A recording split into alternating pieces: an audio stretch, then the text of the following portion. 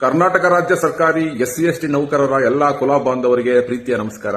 ಬಂಧುಗಳೇ, ಇದೇ ತಿಂಗಳ 28ನೇ ತಾರೀಕು ಅಂದ್ರೆ ಇದೇ ವಾರ, ಮುಂದಿನ ವಾರ ಬರ್ತಕ್ಕಂಥ 28ನೇ ತಾರೀಕು ಬೆಂಗಳೂರಿನ ಅರಮನೆ ಮೈದಾನ ಶೃಂಗಾರ್ ಪ್ಯಾಲೇಸ್ನಲ್ಲಿ ಭವ್ಯ ಭಾರತದ ಶ್ರೇಷ್ಠತೆಯನ್ನು ಸಾರಿದಂತ ನಾವೆಲ್ಲ ಭೀಮ ಬಂಧುಗಳು ಒಟ್ಟಾಗಿ ಅವತ್ತು ಕಾರ್ಯಕ್ರಮಕ್ಕೆ ಸಾಕ್ಷಿಯಾಗಲಿದ್ದೇವೆ. ನೀವೆಲ್ಲರೂ ಸಾಕ್ಷಿ ಆಗ್ತಿದ್ದೀರಿ ಅನ್ನುವ ಭರವಸೆಯಲ್ಲೂ ಕೂಡ ಈ ವೇದಿಕೆ ಮೂಲಕ ನಿಮಗೆ ಪ್ರೀತಿಯ ಆತ್ಮೀಯ ಸುಸ್ವಾಗತವನ್ನು ಬಯಸ್ತಾ ಇದ್ದೇವೆ. ಬಂಧುಗಳೇ, ಇಷ್ಟೇ ವಿಚಾರ. ಬದಲಾದ ಸನ್ನಿವೇಶದಲ್ಲಿ ರಾಜಕೀಯ ಷಡ್ಯಂತ್ರಗಳ ಆಧಾರದ ಮೇಲೆ ಇವತ್ತು ನಮ್ಮೊಳಗೆ ಇರ್ತಕ್ಕಂಥ ನಮ್ಮ ಜಾತಿ ಸಮೂಹವನ್ನ ಒಡೆದಾಳ್ತಕ್ಕಂಥ ನೀತಿಗೆ ಇವತ್ತಿನ ರಾಜಕಾರಣಿಗಳೆಲ್ಲ ಬಂದಂತಿದೆ. ಭವ್ಯ ಭಾರತದ ಕನಸು ಕಂಡಂತ ಡಾಕ್ಟರ್ BR ಅಂಬೇಡ್ಕರ್ ಅವರ ಕನಸನ್ನ ಈಡೇರಿಸಬೇಕಾದ್ರೆ ನೌಕರ ಬಂಧುಗಳಾದ ನಾವೆಲ್ಲ ಸುಸಜ್ಜಿತರಾಗಿ ಒಬ್ಬೊಬ್ಬ ಸೈನಿಕರಂತೆ ಈ ನಮ್ಮ ಸಮುದಾಯದ ಏಳಿಗೆಯನ್ನ, ಸಮುದಾಯದ ಅಭಿವೃದ್ಧಿಯನ್ನ, ಸಮುದಾಯದ ಶ್ರೇಯಸ್ಸನ್ನ ಬಯಸಬೇಕಾಗಿದೆ. ಈ ನಿಟ್ಟಿನಲ್ಲಿ ಡಾಕ್ಟರ್ ಸಿದ್ದಲಿಂಗಯ್ಯನವರ ಸಹೋದರರು, ಕರ್ನಾಟಕ ರಾಜ್ಯ ಸರ್ಕಾರಿ SC/ST ನೌಕರರ ಸಮನ್ವಯ ಸಮಿತಿಯ ರಾಜ್ಯಾಧ್ಯಕ್ಷರಾದಂಥ ಶ್ರೀ ಡಿ ಶಿವಶಂಕರಣ್ಣವರು ಮತ್ತು ಅವರ ತಂಡದವರು ಕಳೆದ 3-4 ತಿಂಗಳುಗಳಿಂದ ಹಗಲಿರುಳು ಅನ್ನದೆ ತನ್ನ ವಯಸ್ಸು, ತನ್ನ ಆರೋಗ್ಯವನ್ನು ಲೆಕ್ಕಿಸದೆ ರಾಜ್ಯದಾದ್ಯಂತ ಸಂಚರಿಸಿ ಹೆಚ್ಚಿನ ಸಂಖ್ಯೆಯಲ್ಲಿ ನಮ್ಮ ಬಂಧುಗಳನ್ನು ಸಂಘಟಿಸತಕ್ಕಂಥ ಕೆಲಸವನ್ನು ಮಾಡುತ್ತಿದ್ದಾರೆ. ಆ ನಿಟ್ಟಿನಲ್ಲಿ ಕಳೆದ 22-25 ವರ್ಷಗಳಿಂದ ಚಾಲ್ತಿಯಲ್ಲಿರ್ತಕ್ಕಂಥ ಈ ನಮ್ಮ SC/ST ನೌಕರರ ಸಮನ್ವಯ ಸಮಿತಿಯ ಈ ಒಂದು ಸಂಘದ ವತಿಯಿಂದ ಈಗಾಗಲೇ 5 ಐಕ್ಯತಾ ಸಮಾವೇಶಗಳನ್ನ ಬೆಂಗಳೂರಿನಲ್ಲಿರ್ತಕ್ಕಂಥ ಡಾಕ್ಟರ್ BR ಅಂಬೇಡ್ಕರ್ ಭವನದಲ್ಲಿ ಮಾಡ್ಕೊಂಡು ಬಂದಿರೋದು ನಿಮಗೆಲ್ಲ ಗೊತ್ತಿರೋ ವಿಚಾರ. ಆದರೂ ಕೂಡ ಈ ಬಾರಿ ವಿಶೇಷತೆ ಏನಪ್ಪಾ ಅಂತಂದ್ರೆ 6ನೇ ಐಕ್ಯತಾ ಸಮಾವೇಶವನ್ನ ಅರಮನೆ ಮೈದಾನದ ಪ್ಯಾಲೇಸ್ ಗ್ರೌಂಡ್ ನಲ್ಲಿ ಅದ್ದೂರಿಯಾಗಿ ಎಲ್ಲರೂ ಸಾಕ್ಷಿಯಾಗುವಂತೆ ಒಂದು ವ್ಯವಸ್ಥಿತವಾಗಿರ್ತಕ್ಕಂಥ ಕಾರ್ಯಕ್ರಮವನ್ನು ರೂಪಿಸಲಾಗಿದೆ. ದಯವಿಟ್ಟು ಎಲ್ಲರೂ ತಮ್ಮ ತನು ಮನ ಧನವನ್ನು ಅರ್ಪಣೆ ಮಾಡಿ ಈ ಕಾರ್ಯಕ್ರಮವನ್ನು ಯಶಸ್ವಿಗೊಳಿಸಬೇಕು ಅಂತ ಕೇಳ್ಕೊಳ್ತಿದ್ವಿ. ಬಂಧುಗಳೇ, ಮೊನ್ನೆ ಅಷ್ಟೇ ವರಮಹಾಲಕ್ಷ್ಮಿ ಹಬ್ಬವನ್ನ ಅದ್ದೂರಿಯಾಗಿ ಆಚರಣೆ ಮಾಡಿದಿರಿ. ನೋಡಿ, ಅಂಬೇಡ್ಕರ್ ಕೊಟ್ಟಂತ ಈ ಒಂದು ಕೊಡುಗೆ, ಅಂಬೇಡ್ಕರ್ ಅವರು ಕೊಟ್ಟಂತ ಬಳುವಳಿ, ನಾವು ಇವತ್ತು ಯಾವುದೇ ಮೇಲ್ಜಾತಿಯವರಿರ್ಬೋದು ಅಥವಾ ಸಾಮಾಜಿಕ ಅಸಮಾನತೆಗಳ ನಡುವೆ ಅವರಿಗೆ ಸರಿಸಮಾನವಾಗಿ ನಿಲ್ತಕ್ಕಂಥ ಎಲ್ಲಾ ಶಕ್ತಿಯನ್ನು ನಾವು ಪಡ್ಕೊಂಡಿದ್ದೀವಿ ಅಂತ ಅಂದ್ರೆ only because of doctor BR Ambedkar ಅವರು ಸಂವಿಧಾನ, ಅವರು ಕಂಡಂತ ನೋವುಗಳು, ಅವರು ಸಹಿಸಿದಂತ ಕಷ್ಟಗಳು ನನ್ನ ಜನ ಸಹಿಸಬಾರದು, ಅನುಭವಿಸಬಾರದು ಅನ್ನೋ ಉದ್ದೇಶನ ಮಾಡಿದಂತ ಒಂದು ಪ್ರಯತ್ನದ ಫಲವಾಗಿ ನಾವು ಮೇಲ್ಜಾತಿಯವರಿಗಿರ್ಬೋದು ಅಥವಾ ಬೇರೆಯವರೆಲ್ಲರೂ ಸರಿಸಮಾನವಾಗಿ ವರಮಹಾಲಕ್ಷ್ಮಿ ಹಬ್ಬನ ಆಚರಣೆ ಮಾಡ್ತಾ ಇದ್ದೇವೆ. ಇದರ ಜೊತೆಗೆ ಗಣೇಶನ ಹಬ್ಬ, ಗೌರಿ ಹಬ್ಬ, ಯುಗಾದಿ ಹಬ್ಬ, ಸಂಕ್ರಾಂತಿ ಹಬ್ಬ, ಎಲ್ಲಾ ರೀತಿಯ ಹಬ್ಬಗಳನ್ನ ನಮ್ಮ ಊರು ಮಾರಮ್ಮ, ದೇವಮ್ಮ, ಚೌಡಮ್ಮ, ಹುಚ್ಚಮ್ಮ, ಕಾಳಿ ಇಂಥ ದೇವತೆಗಳನ್ನ ಪೂಜೆಗೆ ವರ್ಷಕ್ಕೆ ಏನೆಲ್ಲ ಅಂದ್ರೂ ಕನಿಷ್ಠ 1-2 ಲಕ್ಷ ರೂಪಾಯಿ ಹಣವನ್ನು ನಾವು ಮೀಸಲಿ ಸೇರಿಸ್ತೀವಿ. ಮೊನ್ನೆ ಅಷ್ಟೇ ವರಮಹಾಲಕ್ಷ್ಮಿ ತಾಯಿಗೆ ಸೀರೆ ಉಡಿಸಲೇಬೇಕು ಅಂತ ಸುತ್ತಬಾರದ ಅಂಗಡಿಗಳಿಲ್ಲ, ತರಬಾರ್ದಿರ್ತಕ್ಕಂಥ ಅಂಗಡಿಗಳಿಲ್ಲ. ಎಲ್ಲ ಕಡೆ ಸರ್ಚ್ ಮಾಡಿ ಒಳ್ಳೆ ಸೀರೆನ ಉಡಿಸಬೇಕು ಮಹಾಲಕ್ಷ್ಮಿಗೆ ಅಂತ ಸೀರೆ ತಂದು ಹಣ್ಣು, ಹಂಪಲು, ಹೂವು, ಹಾರ, ಗಗನಕ್ಕೇರಿರ್ತಕ್ಕಂಥ ಈ ಬೆಲೆಗಳ ನಡುವೆಯೂ ಕೂಡ ನಾವು ಅದನ್ನ ಸಂಗ್ರಹ ಮಾಡಿ ಅದ್ದೂರೆಗ ಸಂಭ್ರಮದಿಂದ ಆಚರಣೆ ಮಾಡಿ ಎಲ್ಲರ ವಾಟ್ಸ್ಆಪ್ ಸ್ಟೇಟಸ್ಗಳಲ್ಲಿ ನಾವು ಈ ವಿಡಿಯೋಗಳನ್ನ ಹಂಚಿಕೊಂಡು ನಾನು ಗ್ರೇಟು, ನಮ್ಮನೆ ಮಹಾಲಕ್ಷ್ಮಿ ಗ್ರೇಟು, ನಮ್ಮನೆ ಮಹಾಲಕ್ಷ್ಮಿ ಸ್ವೀಟು, ಇಷ್ಟು ಅದ್ದೂರೆಗ ನಾನು ಆಚರಣೆ ಮಾಡಿದೀನಿ ಅನ್ನೋ ವಿಚಾರಗಳನ್ನೆಲ್ಲ ಇಟ್ಕೊಂಡು ಪ್ರಸಾರ ಮಾಡಿದಿರಿ. ಸಂತೋಷ. ನಾವು ನಮ್ಮ ತನ ತೋರಿಸ್ಕೊತಿದ್ವಿ, ನಾವು ಶ್ರೀಮಂತರಾಗಿದ್ವಿ ಅಂತ ತೋರಿಸ್ಕೊಂಡ್ರೆ ಯಾವುದೇ ತಪ್ಪಿಲ್ಲ. ಆದ್ರೆ ಬಂಧುಗಳೇ, 6ನೇ ಐಕ್ಯತಾ ಸಮಾವೇಶ ಏನ್ ನಡೀತಿದೆಯಲ್ಲ ಬೆಂಗಳೂರಿನ ಅರಮನೆ ಪ್ಯಾಲೇಸ್ ಗ್ರೌಂಡ್ ನಲ್ಲಿ, ಈ ಐಕ್ಯತಾ ಸಮಾವೇಶದ ಪೋಸ್ಟರ್ಗಳನ್ನ, ಭಿತ್ತಿಪತ್ರಗಳನ್ನ ದಯಮಾಡಿ ತಮ್ಮ ವಾಟ್ಸ್ಆಪ್ ಸ್ಟೇಟಸ್ನಲ್ಲಿ ಹಾಕೊಳ್ಳಿ. ಹೆಚ್ಚಿನ ಸಂಖ್ಯೆಯಲ್ಲಿ ಭಾಗವಹಿಸೋಣ, ಸರ್ಕಾರಕ್ಕೆ ಕಣ್ತೆರೆಸೋಣ. ನೋಡಿ, ಮೊನ್ನೆ ಇನ್ನು ಮೀಸಲಾತಿ ವಿರುದ್ಧ ಆಂದೋಲನ ಅಂತ ಒಂದು ಪ್ರತಿಭಟನೆ ಸ್ಟಾರ್ಟ್ ಆಗಿತ್ತು.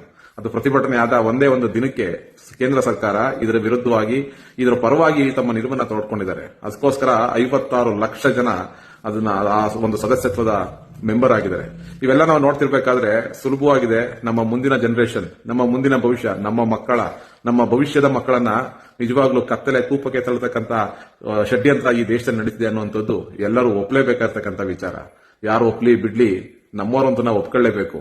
ನಾವು ಇವತ್ತಿನ ಜೀವನ ಅಷ್ಟೇ ನೋಡಿದ್ರೆ ಮುಂದಿನ ಭವ್ಯ ಭಾರತದಲ್ಲಿ ನಮ್ಮ ಮಕ್ಕಳ ಸ್ಥಾನಮಾನಗಳೇನು, ನಮ್ಮ ಮಕ್ಕಳ ಜೀವನದ ದಾರಿಗಳೇನು ಅಂತ ಕಂಡುಕೊಳ್ಳೋದ್ರಲ್ಲಿ ನಿಜವಾಗ್ಲೂ ನಮಗೆ ದಾರಿ ಕಾಣಿಸ್ತಿಲ್ಲ.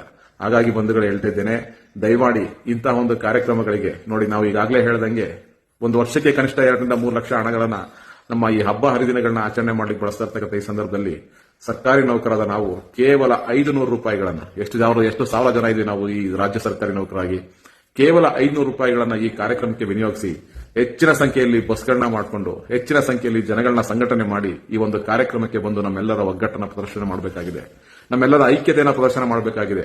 ಈ ನಿಟ್ಟಿನಲ್ಲಿ ನಾವೆಲ್ಲರೂ ಕಾರ್ಯೋನ್ಮುಖರಾಗೋಣ ಸ್ನೇಹಿತರೆ ಅಂತ ಹೇಳ್ತಾ, ಬಂಧುಗಳೇ, ಕೇವಲ ₹500 ಅಷ್ಟೇ ನಿಮ್ಮಲ್ಲಿ ನಾವು ಮನವಿ ಮಾಡಿಕೊಂಡು ಹಣ ಖರ್ಚು ಮಾಡಿ ಈ ಕಾರ್ಯಕ್ರಮಕ್ಕೋಸ್ಕರ ಅಂತ ಕೇಳ್ತಿರೋದು. ಯಾರಿಗೂ ಕೊಡೋದು ಬೇಕಾಗಿಲ್ಲ.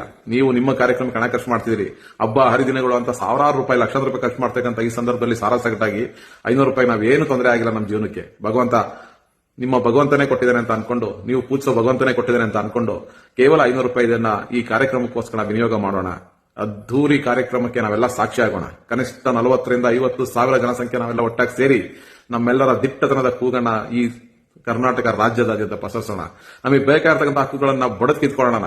ಇಂದಿನ ಮುಖ್ಯಮಂತ್ರಿಗಳು ಕೂಡ ನಮಗೆ ಏನಾದರೂ ಅಧಿಕಾರ ಬೇಕು ಅಂದ್ರೆ ಒದ್ ಕಿತ್ಕತೀನಿ ಅಂತ ಹೇಳ್ತಿರ್ತಕ್ಕಂಥ ಉದಾಹರಣೆ ನಾವು ನೋಡಿದೀವಿ. ಅದೇ ತರ ಸ್ವಾಭಿಮಾನಿಗಳಾದ ನಾವೆಲ್ಲ ಕುಲಬಾಂಧವರು ಒಟ್ಟಾಗಿ ಸೇರಿ ನಮ್ಮ ಹಕ್ಕುಗಳನ್ನ, ನಮ್ಮ ಅವಶ್ಯಕತೆಗಳನ್ನ ಅವ್ರ ಹತ್ರ ಒದ್ ಕಿತ್ಕೊಳ್ಳೋದು ಬೇಡ. ನಾವು ಪ್ರೀತಿಯಿಂದ ಕೇಳೋಣ, ಶಾಂತಿಯಿಂದ ಕೇಳೋಣ. ಯಾಕಂದ್ರೆ ನಾವೆಲ್ಲ ಬಾಬಾ ಸಾಹೇಬ್ ಅಂಬೇಡ್ಕರ್ ಅವರು ಹೇಳ್ಕೊಟ್ಟಿರ್ತಕ್ಕಂಥ ದಾರಿ ನಡೀತಿರೋರು. ಆ ದಾರಿಯನ್ನ ನಾವೆಲ್ಲರೂ ಪಾಲಿಸೋಣ, ಆ ದಾರಿಯನ್ನ ನಾವು ಅನುಸರಿಸೋಣ.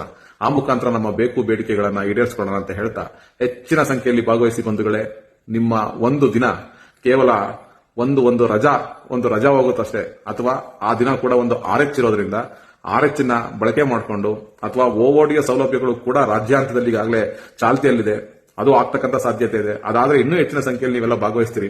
ಯಾವುದೇ ರಜೆ ಅವಶ್ಯಕತೆ ಇಲ್ಲ. ಬೇಕಾದ್ರೆ ಒಂದು ದಿನದ LW ಆಗ್ಬಿಡ್ಲಿ, ಲಾಸ್ ಆಫ್ ವರ್ಕ್ ಆಗ್ಬಿಡ್ಲಿ, ಲಾಸ್ ಆಫ್ ಪೇಮೆಂಟ್ ಆಗ್ಬಿಡ್ಲಿ. ದಯವಿಟ್ಟು ಇಂಥ ಕಾರ್ಯಕ್ರಮಕ್ಕೆ ನೀವೆಲ್ಲ ಧ್ವನಿ ಆಗಬೇಕು. ಎಂತೆಂಥ ಅಧಿಕಾರಿ ವರ್ಗದಲ್ಲಿದ್ದೀರಿ, ಎಂತೆಂಥ ದೊಡ್ಡ ಇಲಾಖೆಯಲ್ಲಿ ದೊಡ್ಡ ಹುದ್ದೆಗಳಿರ್ತಕ್ಕಂಥ ಅಧಿಕಾರಿಗಳಿದ್ದೀರಿ. ಎಲ್ಲಾ ಇಲಾಖೆಗಳಲ್ಲೂ ನಮ್ಮದೇ ಆದ ಪ್ರಾಬಲ್ಯ ಮೆರೆತಿದ್ದೀವಿ. ನಮ್ಮ ತನವನ್ನ ಈಗ ತೋರಿಸ್ತಕ್ಕಂಥ ಸಮಯ, ಈ ನಮ್ಮ ತನವನ್ನ ನಾವು ಈಗ ಸಾರ್ಥಕಪಡಿಸ್ತಕ್ಕಂಥ ಸಮಯ. ಇಂಥ ಕಾರ್ಯಕ್ರಮಕ್ಕೆ ಹೆಚ್ಚಿನ ಸಂಖ್ಯೆಯಲ್ಲಿ ಸಾಕ್ಷಿ ಹೋಗೋಣ, ಸ್ವಾರ್ಥತೆ ಬಿಡೋಣ, ಎಲ್ಲರೂ ಒಂದಾಗೋಣ.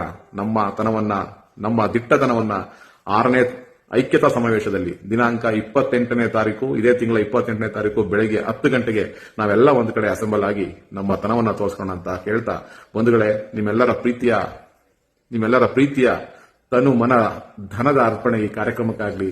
ನೀವು ಸ್ವತಃ ಹಾಜರಾಗಿ ಈ ಕಾರ್ಯಕ್ರಮವನ್ನು ಯಶಸ್ವಿಗೊಳಿಸಿ ಅಂತ ಹೇಳ್ತಾ, ಪ್ರೀತಿಯಿಂದ ನಿಮ್ಮನ್ನೆಲ್ಲ ಈ ಕಾರ್ಯಕ್ರಮಕ್ಕೆ ಸ್ವಾಗತ ಮಾಡ್ತಿದ್ದೇನೆ. ನಾನು ಹಾಸನ ಜಿಲ್ಲಾ ಸಂಘಟನಾ ಕಾರ್ಯದರ್ಶಿ DR ವೆಂಕಟೇಶ್ ಅಂತ. ನಮ್ಮ ಪ್ರಧಾನ ಕಾರ್ಯದರ್ಶಿಯಾದ ಶಿವಕುಮಾರ್ ಅವರು ಮತ್ತು ಎಲ್ಲ ನಮ್ಮ ಉಪಾಧ್ಯಕ್ಷ ಜಯರಾಮಣ್ಣ ಅವರು ಎಲ್ಲರೂ ಕೂಡ ತಮ್ಮನ್ನ ಪ್ರೀತಿಯಿಂದ ಕಾರ್ಯಕ್ರಮಕ್ಕೆ ಆತ್ಮೀಯ ಸ್ವಾಗತ ಮಾಡ್ತಿದ್ದೀವಿ. ಎಲ್ಲ ತಾಲೂಕು ಘಟಕದ ಅಧ್ಯಕ್ಷರು ಕೂಡ ತಾಲೂಕು ಹಂತದಲ್ಲಿ ಸಂಘಟನೆ ಮಾಡಿ ಎಲ್ಲರನ್ನ ಸ್ವಾಗತಿಸಿ ಎಲ್ಲರಿಗೂ ವಿಷಯ ಮುಟ್ಟಿಸ್ತಾ ಇದ್ದಾರೆ. ಅವರ ಸಾರ್ಥಕತೆ, ಅವರ ಶ್ರಮಕ್ಕೂ ಕೂಡ ಬೆಲೆ ಸಿಗಬೇಕು ಅಂತ ಹೇಳ್ತಾ, ತಾಲೂಕು ಹಂತದಿಂದ ಹೆಚ್ಚಿನ ಸಂಖ್ಯೆಯಲ್ಲಿ ನಾವೆಲ್ಲ ನೌಕರರು ಬಂಧುಗಳು ಒಂದು ಕಡೆ ಸೇರಿಕೊಳ್ಳೋಣ. ನಮ್ಮ ಅಣ್ಣ ತಮ್ಮ ಅಕ್ಕ ತಂಗಿಯರನ್ನು, ನಮ್ಮ ಊರಲ್ಲಿರ್ತಕ್ಕಂಥವ್ರನ್ನೂ ಕೂಡ ಸಂಘಟಿಸಿ ಅವರನ್ನು ಕಾರ್ಯಕ್ರಮಕ್ಕೆ ಕರೆತರ್ತಕ್ಕಂಥ ವ್ಯವಸ್ಥೆ ಆಗಲಿ ಅಂತ ಹೇಳ್ತಾ ಇಲ್ಲಿಗೆ ವಿಡಿಯೋ ಮುಗಿಸ್ತಿದ್ದೀನಿ. ವಿಡಿಯೋನ ಹೆಚ್ಚಿನ ಸಂಖ್ಯೆಯಲ್ಲಿ ಫಾರ್ವರ್ಡ್ ಮಾಡಿ ಅಂತ ಕೇಳ್ತಾ ಎಲ್ಲರಿಗೂ ವಿಡಿಯೋ ತಲುಪಲಿ ಅನ್ನೋದು ಉದ್ದೇಶ ಅಷ್ಟೇ. ಧನ್ಯವಾದಗಳು.